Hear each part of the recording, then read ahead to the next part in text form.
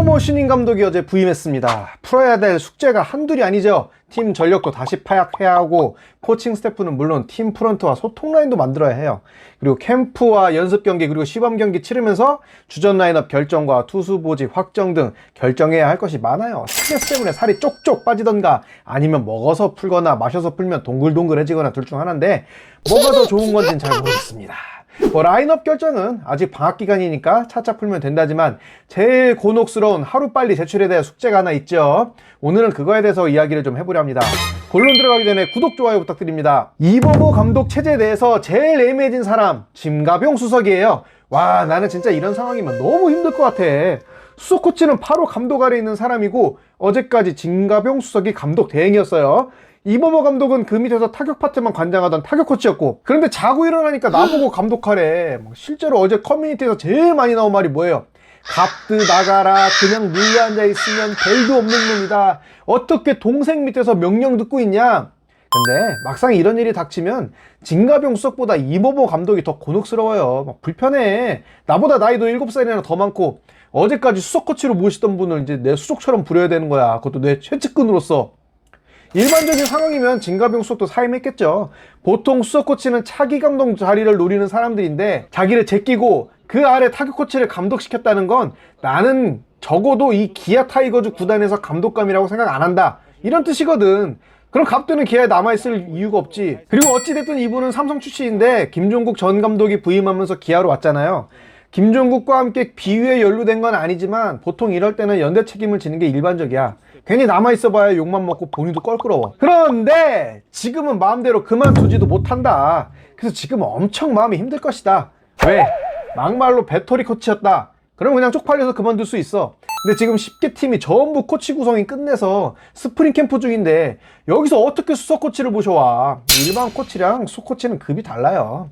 감독은 결정권자예요.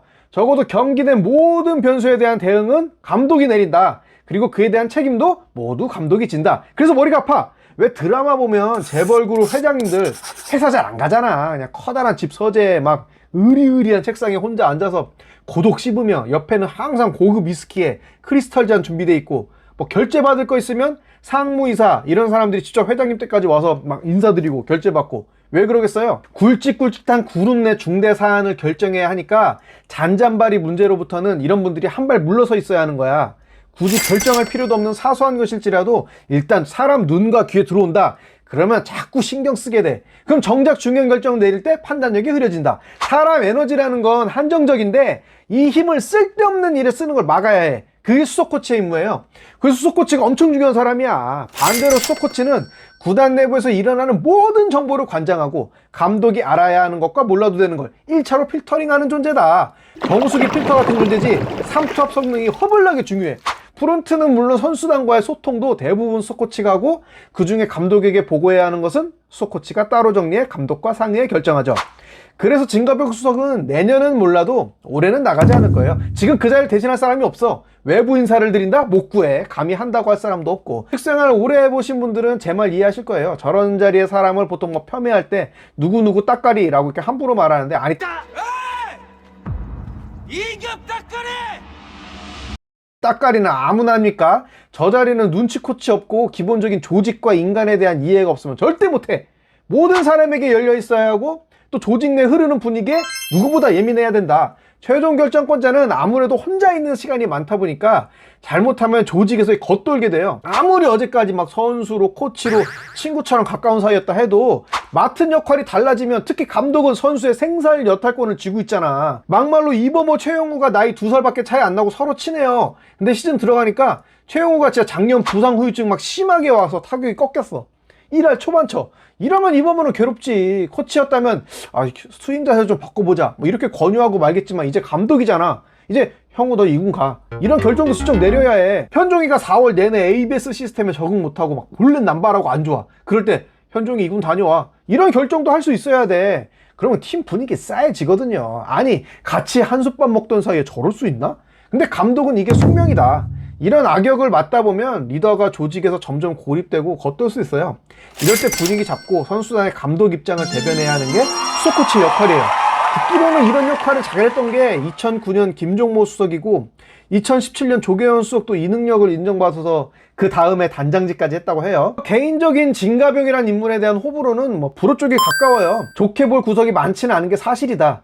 그래도 저 사람 속도 지금 말이 아니다. 그런데도 굳이 사임하지 않고 새까만 후배 감독 밑에서 꿋꿋하게 자리 유지하는 거 보면 누구랑은 다르게 그래도 최소한의 책임감은 있다. 뭐 그렇게 생각해요.